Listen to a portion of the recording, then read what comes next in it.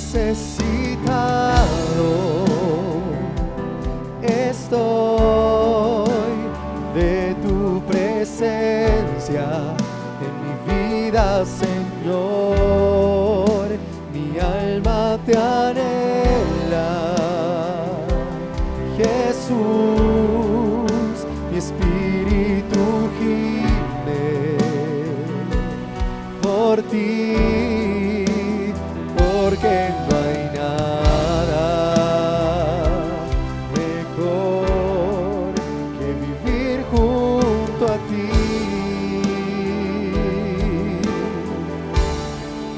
que vivir junto a ti, que vivir junto a ti, Dios.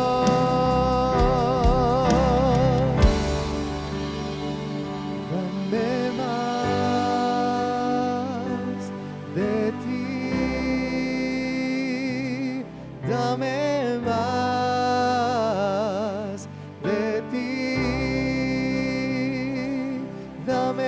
más de ti,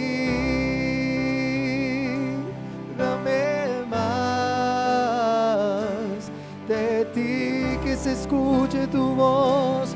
Dame más de ti, dame más, queremos más, dame más de ti, dame más de ti, hasta que me envuelva en tu gloria. Que yo vea tus ojos, hasta que me pierda en tus brazos. Dame más de ti. Oh.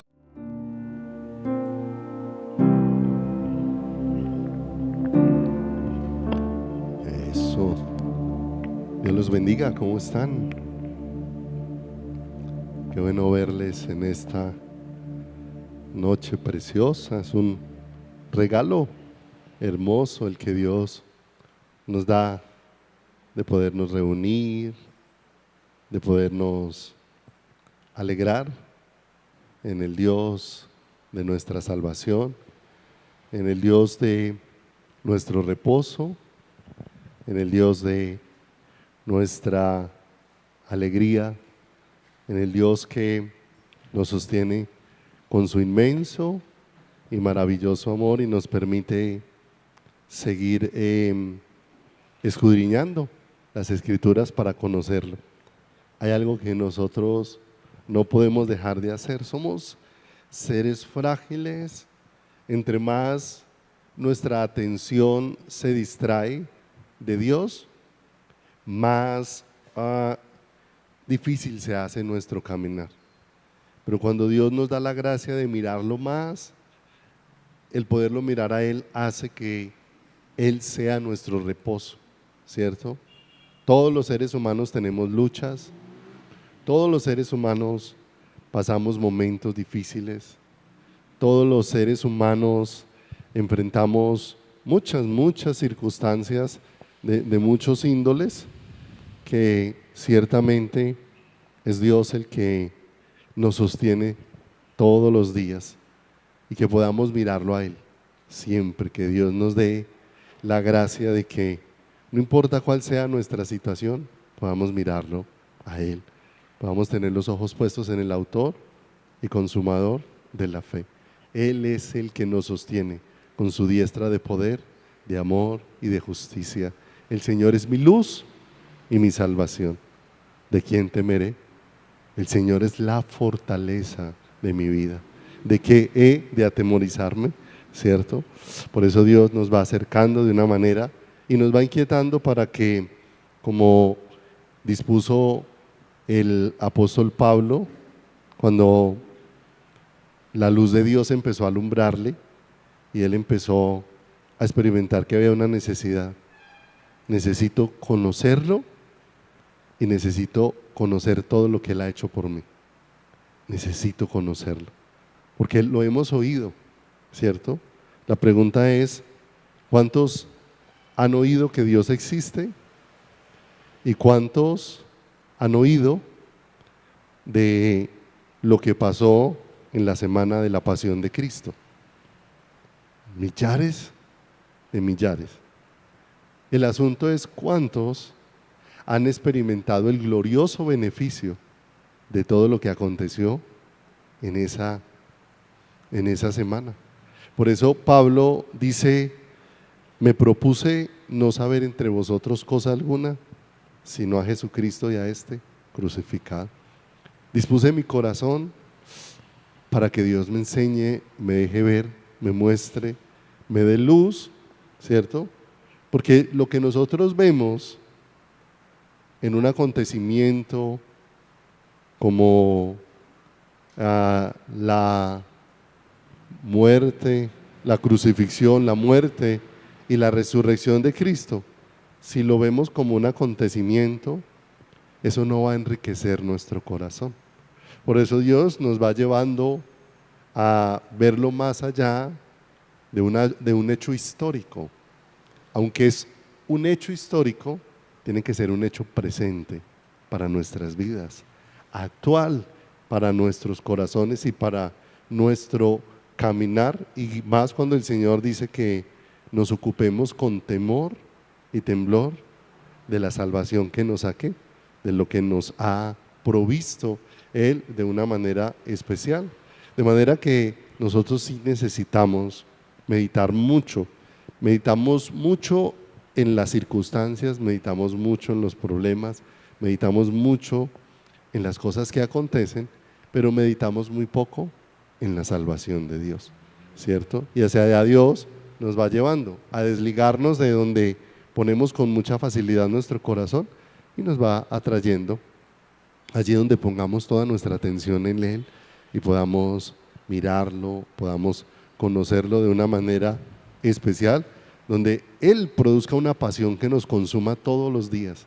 Y es una pasión por conocerle, una pasión por verle, una pasión por rogar, Señor.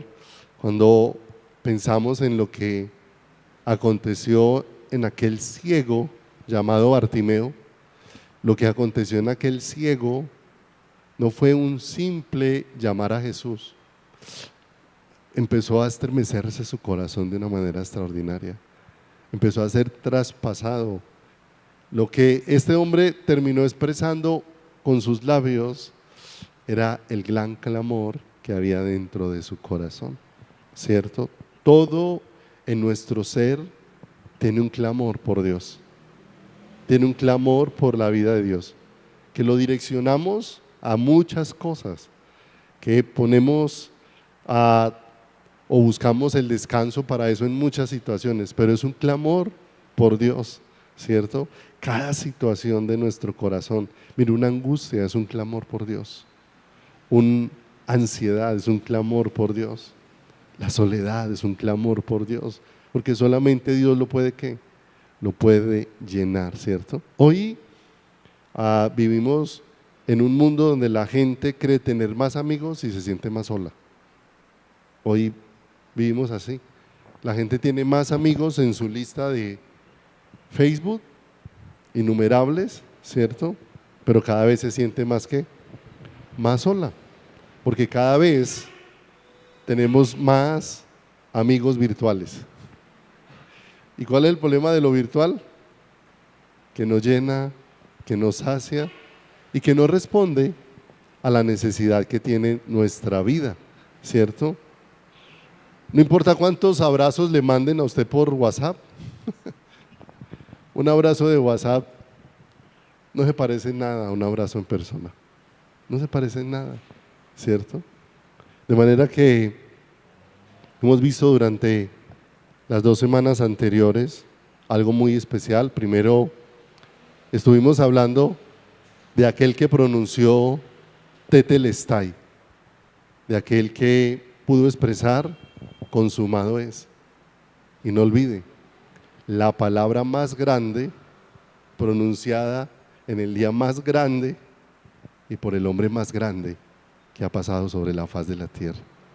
Consumado es, tetelestai.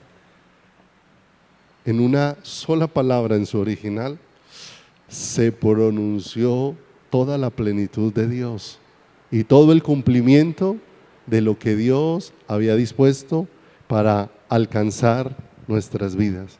Nunca se había expresado nada tan lleno de contenido, de verdad y de vida como lo que se expresó en el Monte Calvario. Y por eso Pablo decía: me propuse eso, no saber entre vosotros cosa alguna, sino a Jesucristo y a este crucificado. Experimentar esta realidad en mi corazón, experimentar más realidad de esta vida, de eso que Jesús hizo cuando dijo tetelestai. Solo recordamos algunas cosas para ir metiéndonos en el tema de hoy, que era lo que pronunciaban los esclavos cuando habían sido enviados a hacer una tarea y habían completado todo el trabajo y regresaban, se postraban delante de sus amos, les tendían sus manos y le decían: tetelestai, todo lo que me asignó a hacer se ha hecho de manera completa. Lo que hacían los artistas y escultores cuando analizaban los cuadros que habían pintado o las obras que habían hecho y encontraban que a esa obra ya no le faltaba absolutamente nada, entonces decían: tetelestai. Lo que hacían los sacerdotes cuando revisaban el cordero para el sacrificio y encontraban que una vez revisaban el cordero y no tenía defecto, era perfecto, cumplía todas las condiciones para el sacrificio, ellos decían: tetelestai, está completo. Y era lo que una persona comerciante, cuando hacía un negocio y tenía una deuda, cuando esa persona terminaba de saldar completamente su deuda y le daban una carta donde quedaba absolutamente en paz, ¿cierto? Ese negocio se finalizaba con tetelestai, o sea, la deuda ha sido ¿qué? Cancelada, ¿cierto? De manera que alguien dijo que el grito que necesitaba oír todo el universo era este, por el que todo el universo estaba gimiendo, era por ese tetelestai, porque se cumpliera toda la realidad de Dios, todo lo que no había sido posible por el pecado del hombre, pero que ahora Dios, haciéndose hombre, lo había hecho posible al entregar completamente su vida y derramar hasta la última gota de su sangre. Un grito que no lo escucharon solamente los que estaban ahí alrededor de la cruz, sino un grito que fue escuchado por todo el universo, como dice la Escritura, que la creación a una gime por la manifestación gloriosa de esa vida. ¿De quién? De esa vida de Dios. ¿Y dónde se manifestó? En la cruz del Calvario. Y veíamos el domingo un acontecimiento extraordinario al que no nos cansamos de pedirle al Señor: danos ojos para ver, oídos para oír y corazón para entender, porque podemos estar viendo y no viendo. Y toda aquella multitud estaba gritando al ingreso de Jesús a Jerusalén. Se estaba cumpliendo lo dispuesto por Dios, lo prometido, lo anunciado de antemano, y estaba dándose el ingreso de un rey, de un sacerdote y de un profeta, que estaba cumpliendo en sus oficios todo lo que se necesitaba para ser aquel que podía presentar su vida delante de ¿quién? Su vida delante de Dios, que como profeta vino a anunciar, vino a traer la verdad de Dios, y no la verdad de Dios en palabras, no la verdad de Dios como un mensaje, vino a traer la verdad de Dios como vida. Yo soy el camino, soy la verdad y soy la vida. Como sacerdote vino de una manera especial a reconciliar al hombre ¿con quién? Al hombre con Dios. El profeta hablaba de parte de Dios, pero el sacerdote era el encargado de reconciliar al pueblo ¿con quién? Al pueblo con Dios. Mira lo hermoso, el profeta oía a Dios y le hablaba a Dios, al pueblo de parte de Dios, pero el sacerdote escuchaba al pueblo y se presentaba delante de Dios en favor del pueblo. Qué cosa tan hermosa el cumplimiento de todo eso. Y vino a traer y a restablecer su gobierno dentro de nuestras vidas, porque si hay algo que nosotros necesitamos es el gobierno de Dios en nuestros corazones. Vino el verdadero Rey, quien verdaderamente tiene que gobernar sobre cada una de nuestras vidas y sobre cada uno de nuestros corazones, ¿cierto? Y pensando en todo esto, a lo que Dios nos va llevando a meditar en la salvación, en ocúpense en vuestra salvación con temor y ¿qué? Temblor. Entonces acompáñenme allá a Mateo, por favor. Mateo, capítulo número 16, verso número 13.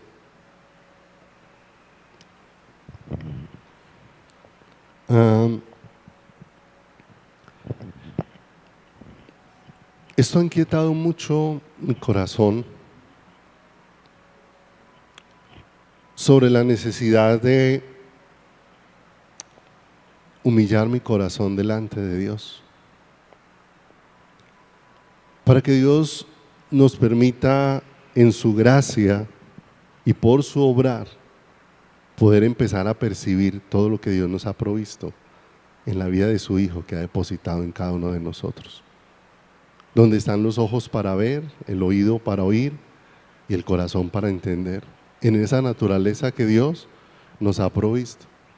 Porque para nosotros es fácil expresar muchas cosas que las oímos, pero muchas veces no han traspasado nuestro corazón.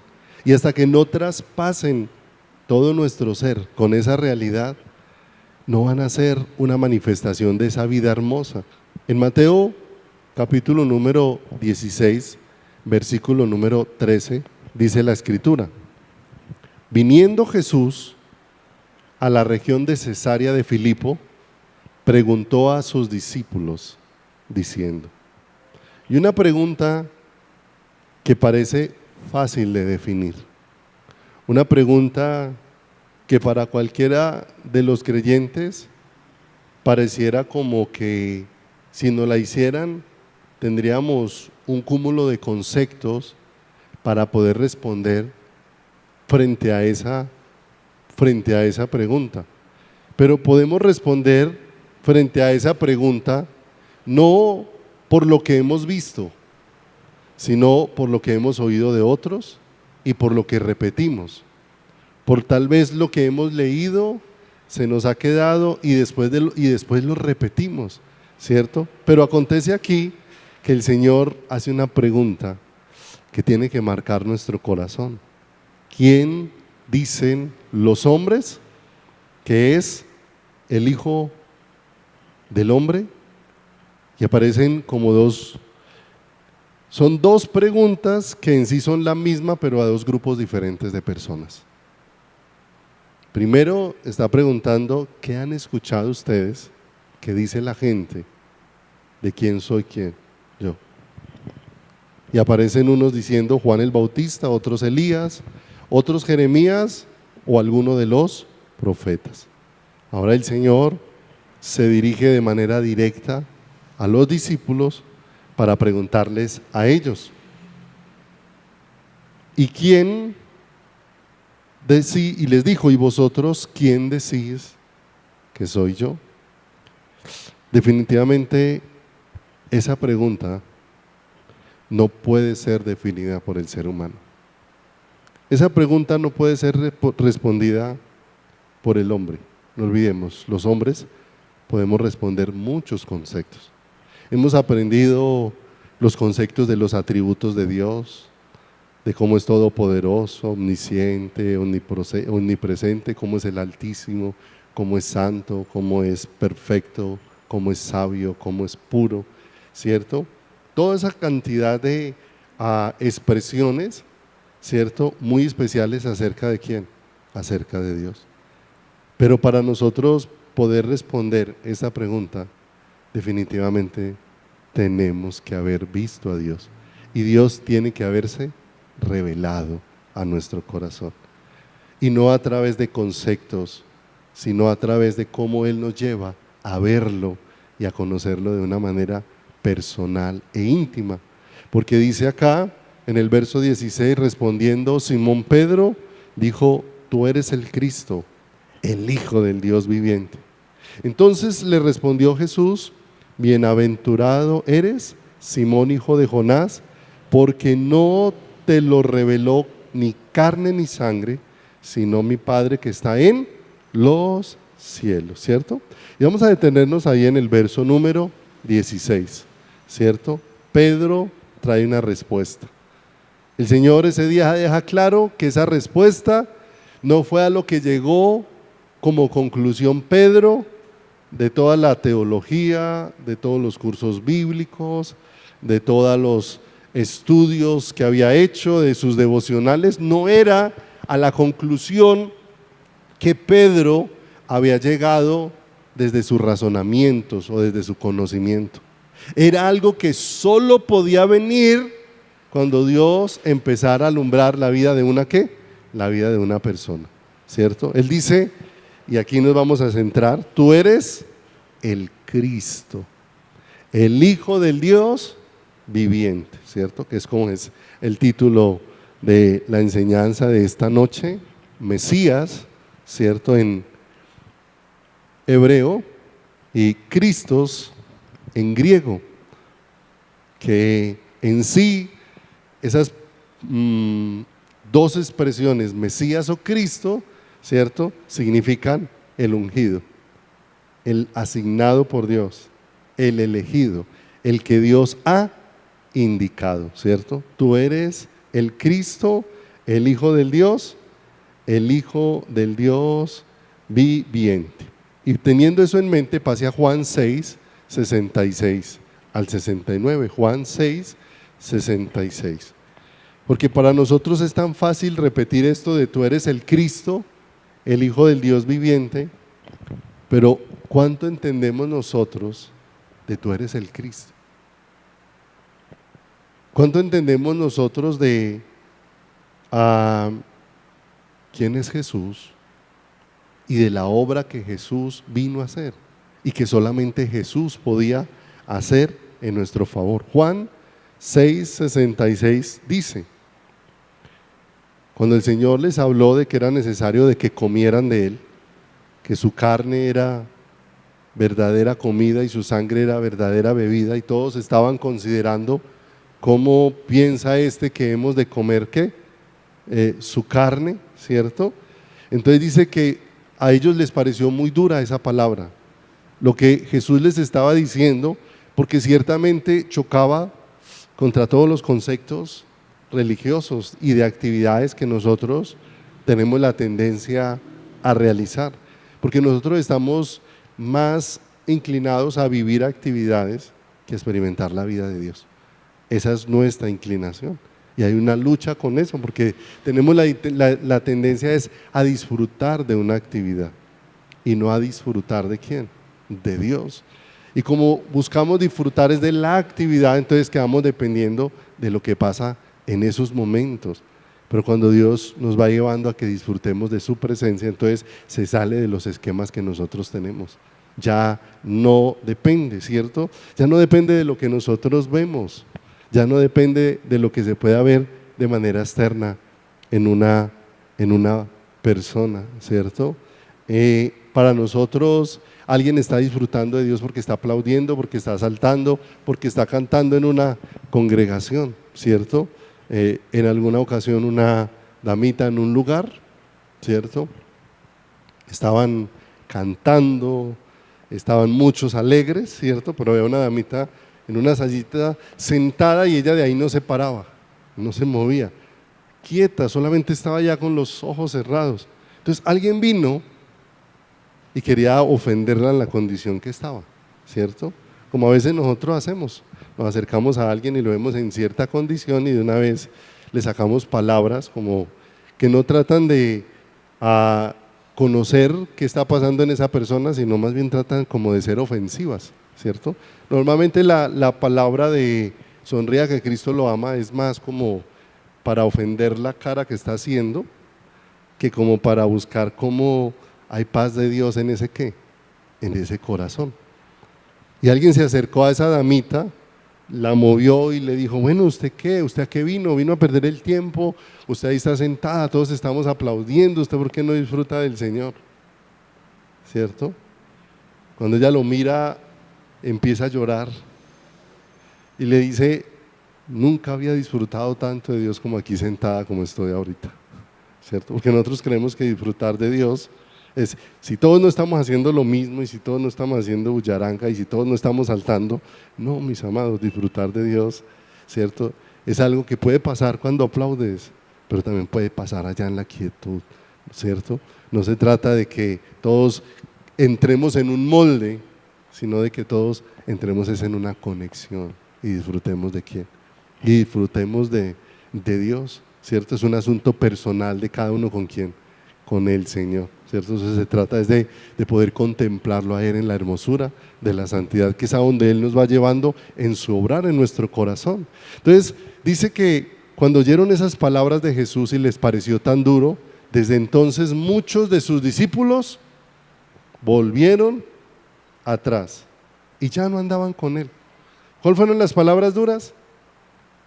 El que de mí come no tendrá hambre y el que de mí bebe no tiene sed, ¿cierto? Y crea que las mismas palabras que le parecieron tan difíciles a esos discípulos son las mismas palabras que a nosotros nos parecen muy difíciles, ¿cierto? Muy difíciles, porque se nos hace muy difícil que para cualquier situación la respuesta sea solo uno, la vida de Dios. Se nos hace muy difícil, porque nosotros queremos es solución inmediata de las circunstancias. No queremos la manifestación de Dios en medio de esas circunstancias. La gloria en medio de lo que nosotros estamos viviendo no es salir de las situaciones, es poder experimentar más la realidad de Dios en medio de todas esas ¿qué? En medio de todas esas situaciones o circunstancias. Y dice el verso número 67, después de que muchos volvieron atrás y ya no andaban con Él, dice, dijo entonces Jesús a los 12, ¿queréis acaso iros también vosotros? Le respondió Simón Pedro, mira lo hermoso, ¿a quién iremos? Tú tienes palabras de vida eterna. Y cuando te paras en el verso 69, nos recuerda algo que Dios ya había empezado a grabar dentro de la vida de Pedro, que aunque Pedro lo expresaba, ¿cierto? Pedro no lo había entendido en su momento, pero mire cómo Dios lo viene afirmando. Y dice el verso 69, la respuesta de Pedro es, ¿cómo nos vamos a ir si nosotros hemos creído y conocemos que tú eres el Cristo, el Hijo del Dios viviente, ¿cierto?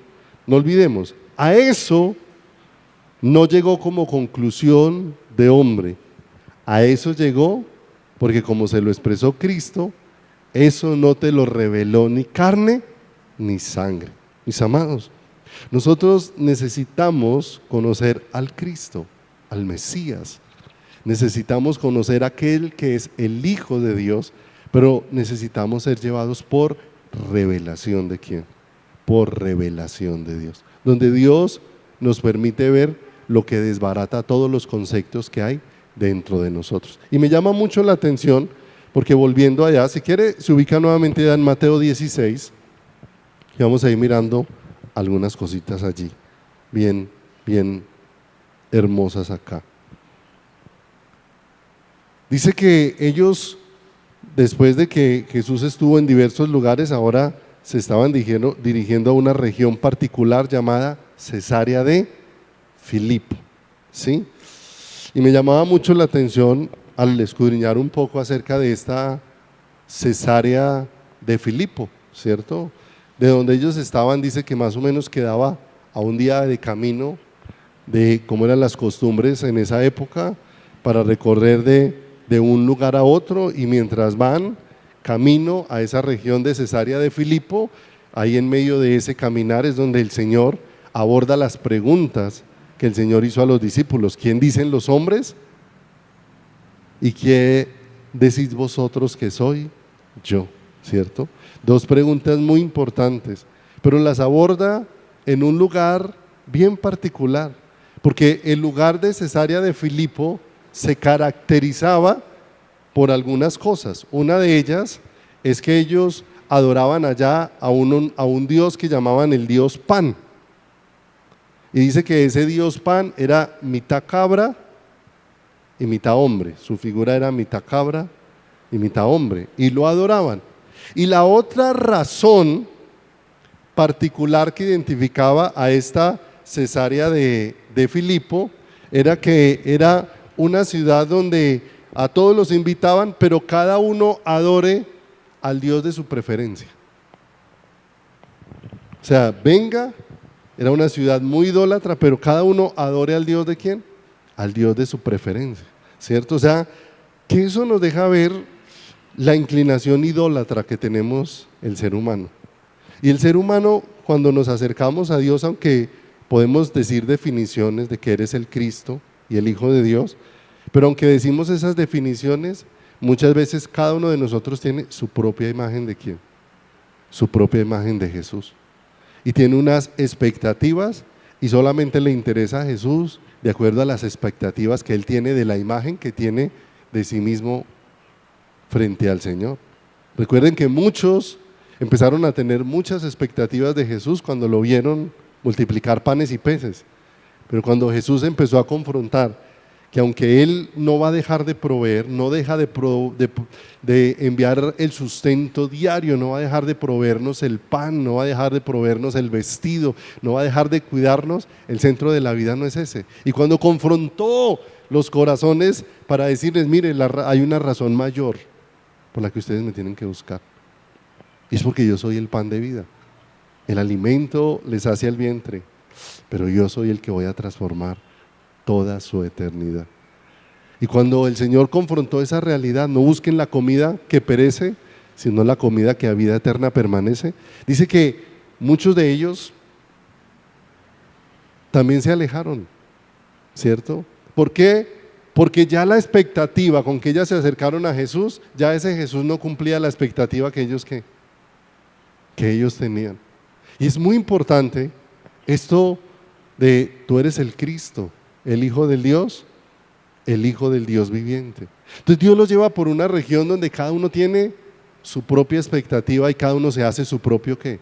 Su propio Dios. Y una de las particularidades que hace la revelación en cada uno de nosotros es que va a derribar todas las expectativas que nosotros tengamos del Dios que nos hemos edificado. ¿De acuerdo a quién? De acuerdo a nuestro gusto, de acuerdo a nuestro deseo, de acuerdo a nuestra manera de pensar, para que esa luz maravillosa de Dios sea revelada sobre quién, sea revelada sobre nuestras vidas. Porque ahí habla de dos cosas muy importantes, ¿cierto? Por un lado, habla de la identidad de Jesús. ¿Quién es? El Hijo de Dios. Pero por el otro lado habla de la obra que el Hijo de Dios viene ¿qué? Viene a realizar, de la obra que viene a hacer. Y si Dios no derrumba todo concepto equivocado en nuestro corazón, ni siquiera nosotros vamos a ver el valor de la obra que Él está haciendo en favor nuestro y de todo lo que Él vino a cumplir, porque ciertamente el Padre le empezó a mostrar a Pedro, tú eres el Cristo, el Hijo del Dios viviente, tú eres Dios hecho hombre, pero el Dios hecho hombre que vino a cumplir con una obra de parte de Dios, ¿cierto? Con una obra de parte de Dios. El asunto es cuando tenemos expectativas diferentes y cuando eso que es Dios y la obra que Dios hace empieza a manifestarse, no coincide con lo que nosotros estamos esperando, y eso produce desánimo en nuestro corazón y muchas veces que tomemos otra dirección en nuestro caminar, ¿cierto? Porque vemos que muchos de los que se encontraron con Jesús frente a la realidad de Cristo, muchos empezaron a dar la espalda, porque Jesús no coincidía con el Mesías que ellos estaban esperando. Ellos tenían una idea de Mesías que no era la idea que Dios dispuso. Dios desde siempre dispuso una idea, que tal vez ellos contemplaron otras cosas y ellos estaban a la espera de un rey que viniera a libertarlos de toda clase de yugo, pero no un rey que viniera a libertarlos de la condición que ellos tenían. Pero si usted mira, el ser humano hoy vivimos casi en las mismas circunstancias. Realmente no hay nada nuevo, ¿sí o no? El ser humano hoy tiene mucha expectativa de los gobernantes, hoy tiene mucha expectativa de los cambios en la sociedad, hoy tiene mucha expectativa de las cosas que pasan afuera, ¿cierto? Y se pone mucho la expectativa afuera, pero el ser humano no quiere que Dios trate con lo que tiene adentro, ¿cierto? El ser humano quiere que Dios cambie sus circunstancias. El ser humano no quiere que Dios lo cambie, no quiere que Dios lo lleve por ese camino donde lo libre del mismo y nos lleve a entender que el problema no es la sociedad, el problema es la condición en la que se encuentra el ser humano. Y esa condición fue la que Dios vino a ¿qué? A libertad. Pero a veces estamos tan pocos interesados en eso. Si Cristo vino, si Él es el Hijo de Dios, el Mesías, el indicado por Dios, Él vino a libertarnos donde necesitábamos libertad. Lo que nos hace libres no es la economía, mis amados. A veces entre más dinero tiene una persona, más cautiva tiene. Mire, yo conozco personas que cuando tenían poco dormían tranquilas, y cuando empezaron a tener mucho, lo que tienen ya no los deja dormir porque no saben cómo cuidarlo, cómo protegerlo, y si se me pierde, y si ya no lo tengo, y si me roban. Perdió la tranquilidad que tenía cuando no tenía nada. El asunto es porque fue poniendo el lugar en el corazón, ¿qué? O el corazón en el lugar equivocado, ¿cierto? La mayor parte, conozco también muchas personas que expresan: ay, yo no quisiera ser esclavo de un empleo, yo quisiera tener mi propia empresa para poder organizar mi tiempo, para poder tener tiempo de buscar al Señor, ¿cierto? Y empieza a establecer su empresa y está tan urgido de que su empresa se vuelva grande, crezca, produzca, que se vuelven personas que trabajan de domingo a domingo, ¿sí o no? Entonces salieron de ser empleados para salir de una esclavitud y se metieron a otra ¿qué? A otra peor, ¿cierto? Porque el problema no es lo que está afuera, el problema es cómo estamos, quién. Y para eso nos ha sido provisto, ¿cierto? Un Mesías, Cristo el Mesías, pero bien particular, porque Jesús viene rompiendo todos los esquemas.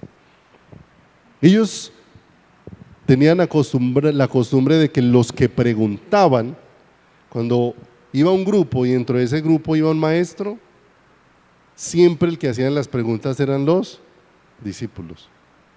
El maestro no preguntaba, los que estaban interesados en saber y en conocer eran los discípulos. Pero era bien particular que Jesús siempre era el que estaba haciendo las preguntas, porque siempre estaba llevando al hombre a confrontar, a desnudar su corazón, para llevar al hombre a que pudiera ¿qué? A que pudiera ver, para ir quitando la ceguera que había en el corazón humano, ¿cierto? Entonces viene a una región con dos preguntas bien tremendas, ¿cierto? No olvidemos que la gente lo ve de muchas maneras en esa época y en la época actual, ¿cierto? Aún dentro de la congregación, las mismas personas que estamos aquí podemos estar viendo a Jesús de muchas maneras, y lo vemos de muchas maneras porque lo vemos desde cómo lo definimos nosotros. Cuando Jesús empieza a revelar a cada corazón, Jesús va a poner una unidad en todos, en cómo lo vemos, porque no es cómo cada uno lo define, sino cómo Él se reveló a cada uno, a nuestros corazones y a nuestras vidas. En esa época, ¿cierto? Viene la pregunta, y particularmente hace unos días en una reunión, hicimos una célula, y en la célula estábamos abordando un poquito de este tema y era la pregunta: ¿quién dicen ustedes que es Jesús? Y una de las damitas respondió y dijo: Jesús es malo. Jesús es malo. ¿Y por qué? Y dijo: porque yo trato de hacer todo bien y me va mal. Entonces, si yo trato de hacer todo bien y me va mal, entonces significa que Jesús es malo porque no está viendo lo que yo estoy haciendo, ¿cierto? Entonces ella tenía su propio concepto de ¿quién? De Jesús, de cómo lo veía desde su ¿qué? Entonces ella trataba de que si hago las cosas bien, entonces Jesús tiene que hacer que a mí todo me salga ¿qué? Y si no, se me desbarata la imagen de ¿quién? De Jesús. ¿Quién dicen los hombres que es el Hijo del Hombre? Unos respondieron, Juan el Bautista. ¿Quién era el que tenía ese pensamiento? Herodes. Herodes pensaba que quien ahora estaba en Jesús era Juan, que había vuelto. El asunto de la pregunta es, ¿los judíos creían en la reencarnación? No. Pero ahora hay cantidad de gente pensando como piensa Herodes, pensando que quien está en Jesús es Juan el Bautista que volvió. Por un lado decimos que no creemos cosas, pero por el otro lado abordamos pensamientos que escuchamos de parte de ¿quién? De parte de otros, ¿cierto? El asunto es que en el mundo de las definiciones nos podemos perder. Cuando Dios nos deja verlo, ahí no nos vamos a extraviar, ¿qué? No nos vamos a extraviar jamás. Unos lo veían como Juan que había vuelto, ¿cierto? Como conceptos en el tiempo presente, ¿cierto? Si hiciéramos preguntas a cada uno de ustedes, cada uno cómo pudiera definir a Jesús. Y entonces aquí todos tendríamos que tomar caminos diferentes, porque todos tendríamos valores diferentes frente a Él. Por eso el Señor dijo que cuando Él se revela al corazón, Él es el que va a producir unidad. Porque ya no hay 30 mentes de hombres y mujeres definiendo a Dios, sino una sola mente, la mente de Cristo puesta en cada uno de nosotros, llevándonos a definir quién es Él en todo nuestro caminar. Juan, capítulo número 3, versículo número 2, ¿cierto? Mire que aunque unos lo veían como Juan el Bautista que había vuelto, otros lo veían como Elías, otros lo veían como alguno de los profetas, pero mire que en medio de esa luz habían personas que también lo identificaban y lo veían con buenos ¿qué? Con buenos ojos. En Juan 3:2 habla de Nicodemo, y cuando Nicodemo viene a Jesús de noche y se encuentra con él, mire que una de las cosas que le dice en el verso 2, dice, vino a Jesús de noche y le dijo, Rabí, sabemos que has venido de Dios como maestro, porque nadie puede hacer estas señales que tú haces si Dios no está con ¿quién? No está con él, ¿cierto? Viene Nicodemo y Nicodemo está viendo algo en Jesús, está viendo que Jesús viene de parte de ¿quién? De Dios. ¿Pero lo está viendo como el Cristo? No. Para verlo como el Cristo y para verlo como el Hijo de Dios, eso necesita ser ¿qué? Revelado. Eso necesita ser mostrado por Dios a cada uno de nuestros corazones y a cada una de nuestras vidas, ¿sí? Vayan entonces conmigo ahí más adelantico a una cita que está en Daniel, capítulo número 7, versículo número 13. ¿Qué es lo que hace que no sea tan difícil a nosotros aceptar lo que Dios quiere enseñarnos? En toda la Escritura Dios ha querido venirse revelando de manera progresiva. Tal vez los hombres allá en la antigüedad no pudieran ver las cosas con la claridad que Dios nos pudiera permitirlo por su gracia verlas hoy en día, ¿cierto? Tal vez cuando Abraham subió al monte Moriah y el Señor le dice que en el monte de el Señor será provisto, y él levantó su cabeza y vio un carnero allá y levantó a su hijo para que ya no fuera sacrificado y sacrificó el carnero, ¿cierto? Para nosotros hoy, ¿sí? Hay una luz de claridad de que lo que Dios estaba dejando ver allá en el monte Moriah a Abraham era que el cordero provisto por Dios era su propio hijo. Era como Dios diciéndole a Abraham, Abraham, para que tu hijo no muera, va a morir el mío, ¿cierto? Pero tal vez Abraham no lo estaba viendo con esa claridad, no sabemos cómo Dios le permitió ver a Abraham, pero ahora nos lo permite ver a nosotros con esa claridad, ¿cierto? Cuando uno lee Daniel 7:13, acompáñenme allí, dice Daniel: miraba yo en la visión de la noche, y aquí con las nubes del cielo venía uno como hijo de hombre, que vino hasta el anciano de días y le hicieron acercarse delante de él. ¿Y qué hicieron con ese hijo de hombre que fue acercado al anciano de días? Ahí vemos ya un escenario que hoy, desde las cosas que Dios nos permite ver, entendemos que es el hijo acercándose ¿a quién? Al Padre. Ese anciano de días, el Padre, y ese hijo de hombre, Jesús, acercándose ¿a quién? Al Padre. Pero en el verso número 14, mire lo que dice: y le fue dado dominio, gloria, reino, para que todos los pueblos, naciones y lenguas le sirvieran. Su dominio es eterno, que nunca pasará, y su reino uno que no será destruido. ¿Cierto? Y allá, cuando aparece en la visión de Daniel el Hijo del Hombre, cuando nosotros miramos, vemos que se le dio todo dominio, toda gloria, toda autoridad, todo dominio, ¿cierto? Que él iba a estar sobre todas las ¿qué? Cosas. Y cuando uno mira que Jesús está revelando, diciéndole: tú eres el Cristo, el Hijo del Dios viviente, el Dios que se ha hecho hombre. Entonces el pensamiento que viene a uno es: entonces es el que viene a tener toda autoridad, ¿cierto? Y si Jesús más adelante llama a Pedro, ahí en el mismo Mateo más adelantico va a encontrar que Jesús empieza a manifestarle a sus discípulos que es necesario que Él sufra mucho de todos los religiosos, que sea desechado, que sea muerto, ¿cierto?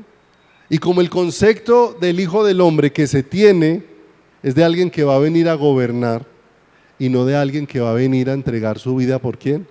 Por nosotros. ¿Qué le dice Pedro a Jesús? No te hagas tal cosa, no te hagas tal cosa. Y a veces nosotros tenemos un mundo de conceptos respecto a Dios. La pregunta, no me cansaré de verlo de esa manera.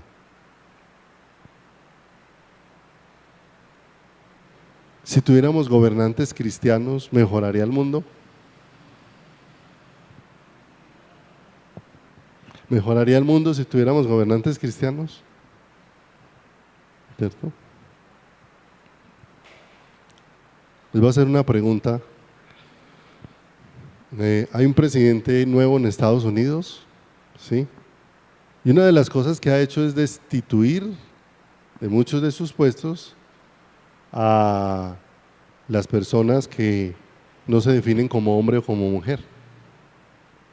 Pues todos ellos no pueden ser parte del gobierno, ¿cierto? A nosotros nos parece una ley, si la miramos desde el punto de vista creyente y yéndonos simplemente por cosas superficiales. Es que el hombre, vea, llegó a poner orden, y está bien, llegó a poner leyes, pero la pregunta: ¿esa ley le saca la homosexualidad a esas personas? O sea, ¿esa ley hace que esa persona deje de tener esa inclinación en su corazón? No, la única ley que liberta es la ley del espíritu de vida. Y esa ley solamente está en Cristo Jesús. Solamente cuando la vida de Cristo se manifiesta en una persona, solamente esa vida de Cristo va a ser libre a esa persona, de cualquiera sea la inclinación que tengamos en nuestro ser interior. Entonces lo único que puede hacer es dictaminar leyes, ¿sí o no?, que a los ojos de los hombres ponen cierto control, ¿cierto? Pero no cambian el corazón de ¿quién? El corazón del hombre. Entonces puede llevar al ser humano a que simplemente vuelva a la condición donde aparento lo que no soy, tengo una vida escondida, pues porque si para tener un trabajo, si yo soy gay, me debo ver como hombre, entonces me voy a mostrar como hombre para tener el trabajo, pero por detrás tengo otro estilo de ¿qué? Otro estilo de vida. Pero todos aplaudimos que la ley nos parece buena, ¿sí o no? No dejan de ser leyes de hombres que no transforman el corazón.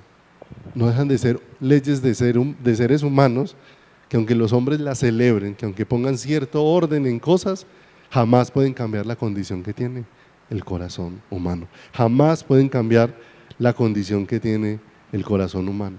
Cuando ellos pensaban en el Hijo del Hombre, pensaban en alguien que iba a venir y con mucha autoridad iba a destituir, en el concepto de ellos, iba a erradicar todos los gobiernos. Y ciertamente un día va a pasar, porque a Daniel le fue revelado todos los gobiernos que iban a haber en el mundo, pero como un día una piedra que vino desde el cielo iba a derribar todos esos gobiernos y se establecería el único reino que va a permanecer para siempre. ¿Es el reino de quién? Y es el reino de Dios, el reino de nuestro Señor y Salvador.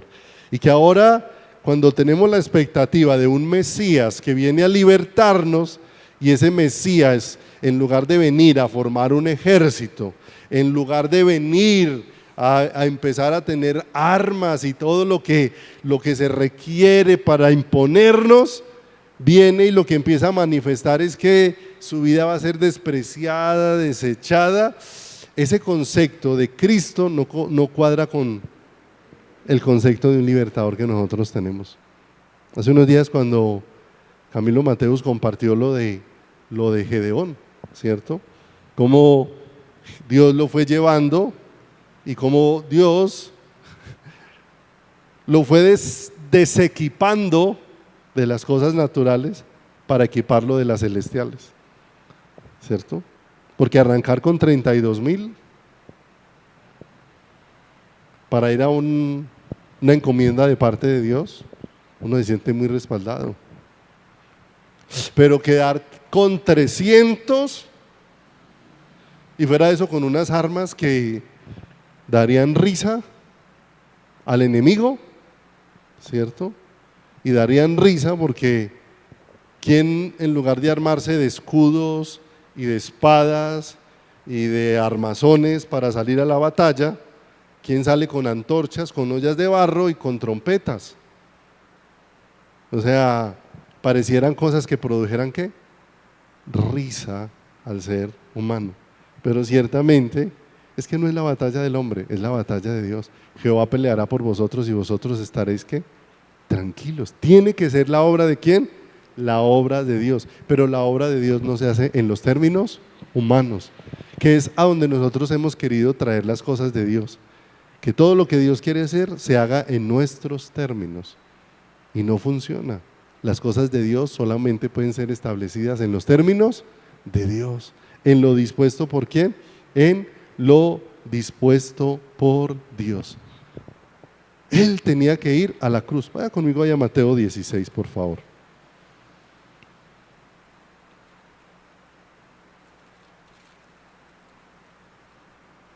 Mateo capítulo 16.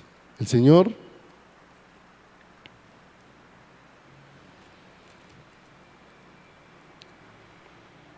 Mateo capítulo número 16, verso 21. El Señor ya dejó ver que hay una luz alumbrando, empezando a alumbrar el corazón de los discípulos. Tú eres el Cristo, el Hijo del Dios viviente.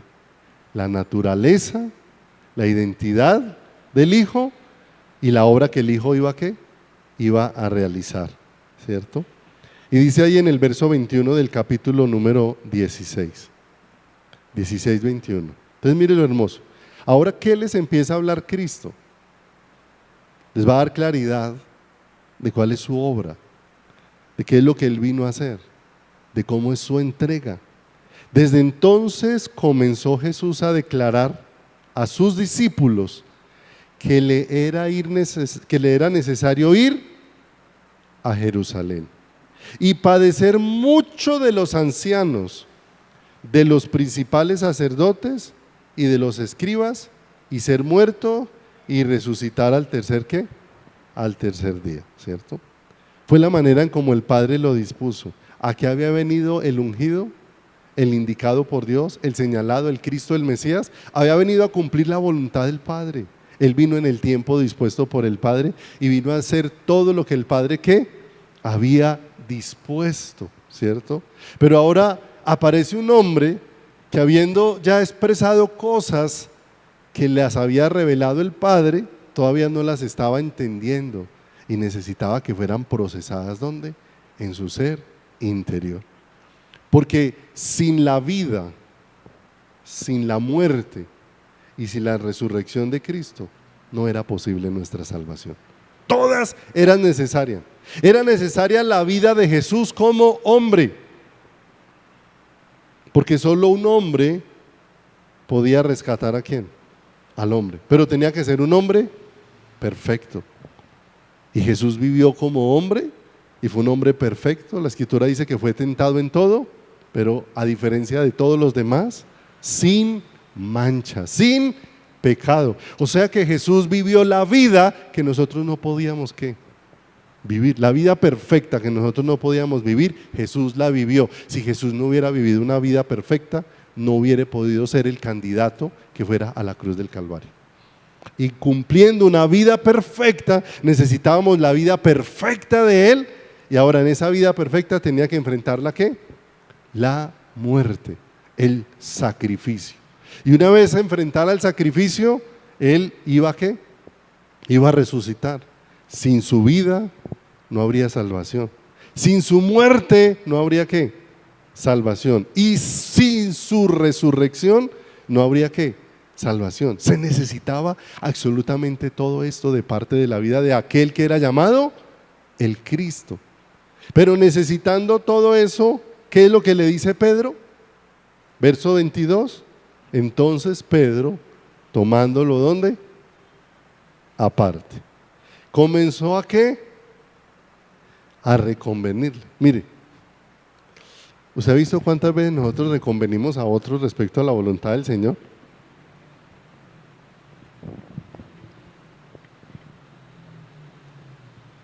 ¿Y cuántas veces Dios pone en el corazón de alguien a hacer algo, pero nosotros como que le decimos no se sacrifique, no se esfuerce, no, mejor otra cosa? Y ahí está Pedro diciéndole a Jesús, comenzó a reconvenirle diciendo, Señor, ten compasión de ti. En ninguna manera esto ¿qué? Te acontezca. O sea, si a Jesús no le acontecía ese desprecio y esa muerte, ¿podríamos ser salvos? No podríamos ser salvos. Necesitaba que eso ¿qué? Aconteciera en la vida de quién. Pero ahora Jesús le dice, ¿cuál es la razón? Y mire, de una manera especial dice el verso 23, pero él volviéndose dijo a Pedro, quítate de delante de mí, Satanás. ¿Sí o no? Entonces fíjese lo tremendo. Cuando Pedro dijo, tú eres el Cristo, el Hijo del Dios viviente, ¿a quién escuchó? Al Padre. Y cuando Pedro le dijo a Jesús, no te hagas tal cosa, ¿a quién estaba escuchando? ¿Cierto? Y esto nos coloca en este caminar nuestro, ¿a quién estamos escuchando? ¿Quién? Nosotros, ¿cierto? ¿A quién terminamos escuchando nosotros en nuestro caminar? Porque a veces nosotros tenemos una multitud de conversaciones en nuestra mente y no con Dios, ¿cierto? Porque ciertamente el que siempre nos va a incitar a que no haya renuncia y muerte en nuestras vidas, ¿cierto? Es Satanás. Aunque alimenta esa vieja naturaleza, pero Dios nos ha dado la gracia de que la vida de Cristo en nosotros sea la que se sobreponga sobre todo eso. Y dice acá, pero él volviéndose dijo a Pedro, quítate delante de mí, Satanás, ¿cierto? O sea, no le está diciendo ni endemoniado, ni endiablado, ni ese tipo de cosas a Pedro. No es que Pedro esté poseído por Satanás, no. Es que hay un momento donde se tiene que definir a quién vamos a escuchar. Mis ovejas oyen mi voz y mis ovejas no oirán a un ¿qué? A un extraño. ¿Dónde empezó toda la caída del hombre en el huerto del Edén? Cuando el huerto del Edén el hombre dejó de escuchar a Dios y empezó a escuchar a un extraño. Y dice acá, Quítate delante de mí, Satanás, me eres tropiezo, porque no pones la mira en las cosas de Dios, sino en las de los hombres. O sea, cuando empiezas a definir las cosas desde ti mismo, entonces vas a poner la mirada en algo muy diferente a lo dispuesto por Dios. Tienes que poner la mirada en lo dispuesto por quién. Y si Dios dispuso que hubiera ese sacrificio, que hubiera ese desprecio, que hubiera ese sufrimiento, pues tenemos que poner la mirada fue en lo que Dios ¿qué? En lo que Dios dispuso, ¿sí? Primera de Corintios 15, 14. Si me acompañan allí, Primera de Corintios 15, 14. Dice ahí la escritura, refiriéndose a que era necesaria la vida de Jesús, la muerte de Jesús y la resurrección de ¿quién? Y la resurrección de Cristo. Primera de Corintios 15, 14 dice, y si Cristo no resucitó, vana es entonces nuestra predicación, vana es entonces nuestra fe, ¿cierto? ¿Era necesario que pasara por todo eso y resucitara? Era necesario. Y sucedió, porque nosotros somos testigos de lo que ha sucedido. No porque lo vimos, sino porque su resurrección ha hecho posible que nosotros hayamos sido pasados de muerte a vida, para que podamos ver y escuchar a quién, al Padre. Y ahí más adelantico en el verso 17 de ese capítulo 15 dice, y si Cristo no resucitó, vana es vuestra fe es vana, aún estáis muertos en vuestros pecados, ¿cierto? Entonces mire lo hermoso. ¿Por qué necesitamos pedirle al Señor que nos dé la gracia de ver? El Señor alumbró ya a Pedro y Pedro dijo, tú eres el Cristo, el Hijo del Dios viviente.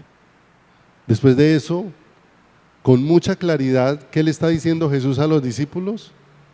Es necesario que yo sea desechado, que pase por sufrimientos, que sea muerto y después ¿qué? Resucite, ¿sí? Como no lo entendían, Pedro le dice, no te hagas tal cosa, pero Pedro tenía la mirada en sus conceptos personales, pero no en el plan de quién, en el plan de Dios.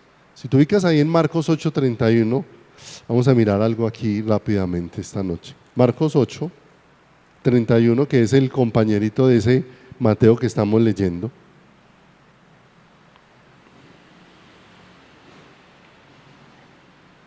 En Marcos capítulo número 8:31,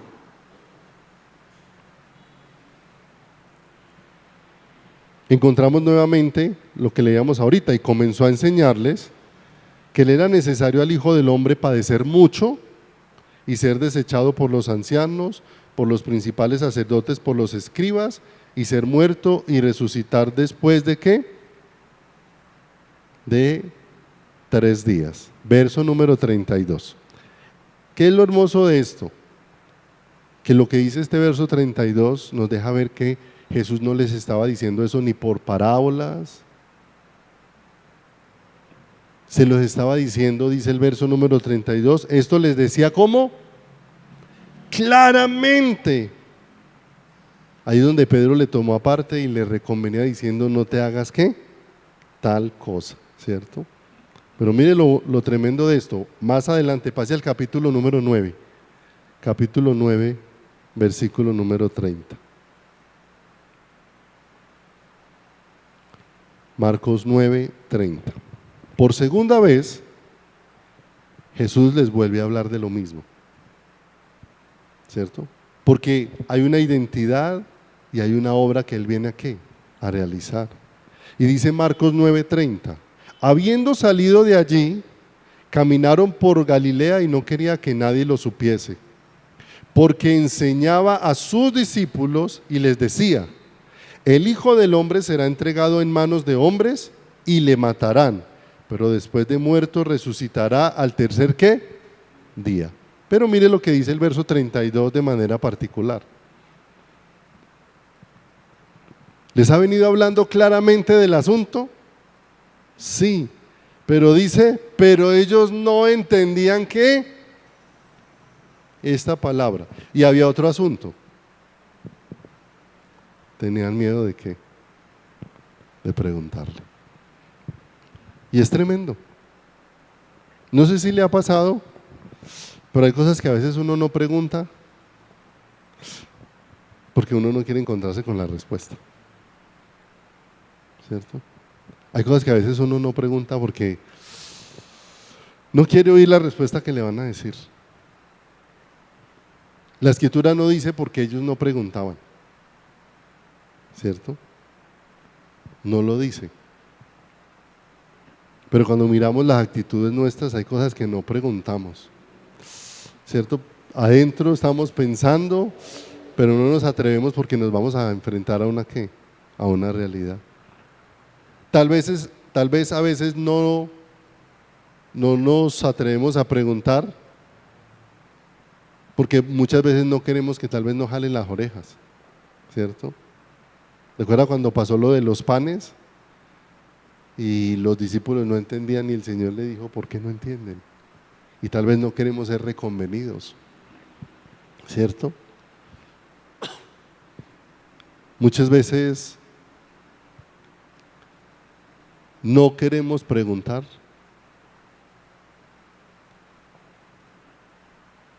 porque no queremos enfrentar el costo de lo que eso significa. Y tal vez muchas cosas se quedan sin entender para nosotros porque no le preguntamos al Señor. ¿Qué le pasó a Job en Job 42? Ahora yo te preguntaré y tú me enseñarás. Mis amados, lo que no vamos entendiendo hay que preguntarle al Señor, preguntémosle. El Señor es el único que nos puede ir ensanchando el corazón y quitando la estrechez, porque como tengo una imagen de Dios producida por mí mismo, necesito que Dios derribe eso dentro de mi corazón. La semana pasada que veíamos en el estudio del miércoles, cuando llegamos a la última bienaventuranza, donde el Señor les dice, bienaventurados sois cuando por mi causa os vituperen y os persiguen y digan cualquier cosa de vosotros mintiendo, y todo era por causa de su nombre, ¿cierto? Y la pregunta es, Señor, si te vamos a servir, si toda esta vida se va a manifestar en nosotros, si vamos a estar llenos de ti, que nos espera que aún así nos van a rechazar, que no le vamos a caer bien a todo el mundo, que vamos a pasar de dificultades, y el Señor les dijo, eso es lo que le estoy diciendo, que el estar lleno de mí no va a impedir que haya relaciones difíciles, que pasen circunstancias que difíciles, pero como nosotros tenemos una imagen de que si estoy rebosando de Dios, entonces nada malo me va a pasar, y después cuando aparecen las situaciones, entonces me desilusiono, pero yo era el que tenía una imagen equivocada acerca de quién. Y el Señor más bien dijo, cuando pases por el desierto, en el desierto yo voy a ser el que sacie ¿qué? Jehová te pastoreará siempre, y en las sequías, ya está en plural, o sea que no es un asunto de una vez, en las sequías saciará tu alma y dará vigor a tus huesos, y serás como huerto de riego y como manantial de muchas aguas, cuyas aguas ¿qué? Nunca faltan, ¿cierto? Por segunda vez les habla, y ¿cómo les estaba hablando Jesús? Con claridad, le estaba diciendo de quién iba a sufrir, de quién, qué situación iba a enfrentar, qué muerte iba a enfrentar. Pase ahí más adelantico al 10:32, por tercera vez les vuelve a hablar. Capítulo número 10, versículo número 32. Iban por el camino subiendo a Jerusalén. No olvidemos que entre más se acercaban a Jerusalén, más estaba, o sea, cada vez el Señor le está diciendo, mire, lo que les estoy diciendo cada vez está más cerca de ¿qué? De cumplirse. Iban por el camino subiendo a Jerusalén y Jesús iba adelante, y ellos se asombraron y le seguían con miedo. Entonces, volviendo a tomar a los 12 aparte, les comenzó a decir las cosas que le habían de acontecer. He aquí, subimos a Jerusalén, y el Hijo del Hombre será entregado a los principales sacerdotes y a los escribas, y le condenarán a muerte y le entregarán a los gentiles, y le escarnecerán y le azotarán y escupirán en él y le matarán, mas al tercer día, ¿qué? La pregunta es, ¿cada vez el Señor les daba más detalles?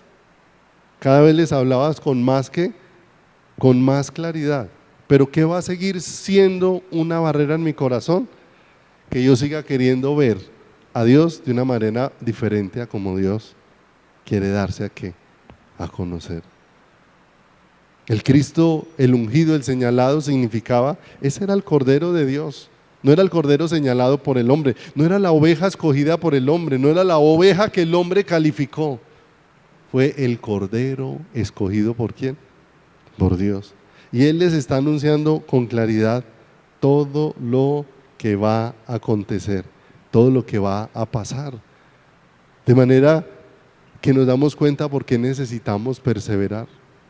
Nosotros le llamamos el Cristo, pero tantas veces no entendemos que nosotros necesitamos su vida, necesitamos su muerte, necesitamos su resurrección, ¿cierto?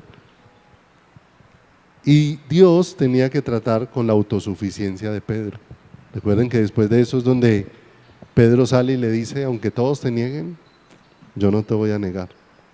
Y el Señor, ¿qué le dijo? Me seguirás después. Pero después de vuelto, ve y confirma ¿qué?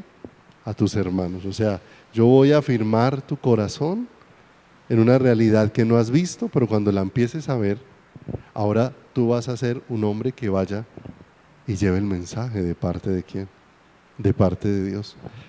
Y así rápidamente para terminar, vayamos a Mateo 16, 18. Mateo capítulo 16, 18. Tú eres el Cristo. Si no entendemos la identidad, el Hijo de Dios y la obra que Él venía a hacer, también va a ser muy difícil tomar nuestro lugar. Porque Jesús le habló a los discípulos de su cruz, pero también le habló a los discípulos de la cruz que ellos debían tomar. Él les dijo, si alguno quiere venir en pos de mí, niéguese a sí mismo, tome su cruz cada día y ¿qué? Pero si no entiendo esa realidad, entonces va a ser muy difícil para nosotros poder ser despojados de nosotros ¿qué? De nosotros mismos.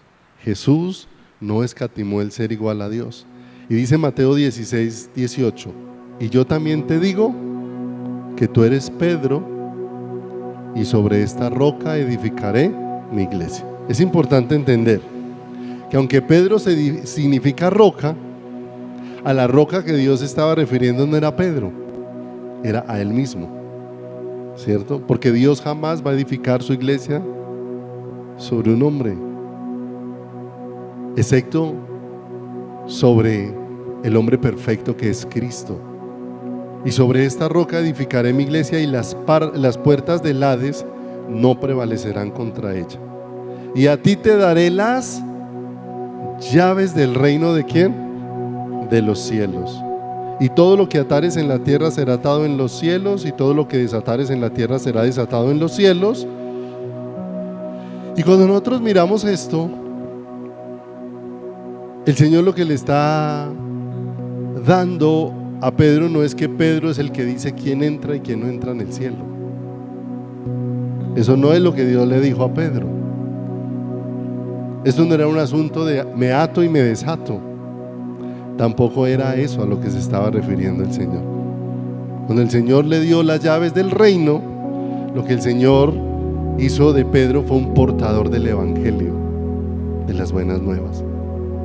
Y usted va a encontrar en varios capítulos que puede después leer en su casa, y se va a dar cuenta cómo Pedro es un instrumento de Dios para llevar esas buenas nuevas que libertan a los tres grupos que habían en esa época. Primero a los judíos, después en Hechos a los samaritanos y después a los gentiles, ¿cierto? El evangelio es la llave con la que Dios abrió la puerta de entrada para que nosotros podamos ser llevados de regreso al corazón de Dios. El Evangelio es más que un mensaje, el Evangelio es una persona. Por eso Jesús dijo: el que por mí entrare será ¿qué? Será salvo. De manera que Pedro, antes de salir a llevar un mensaje, tenía que entender el mensaje, ¿cierto? Antes de enviarlos, Jesús estaba haciendo un proceso en ellos para llevarlos ¿a qué? Para llevarlos a que pudieran entender dentro de su corazón. Porque muchas veces tenemos más afán de salir a decir lo que no entendemos que de poderlo asimilar dentro de quién, dentro de nuestro corazón, de poderle decir a otro: Dios es la plenitud y yo por dentro me estoy ahogando, porque ¿qué será la plenitud?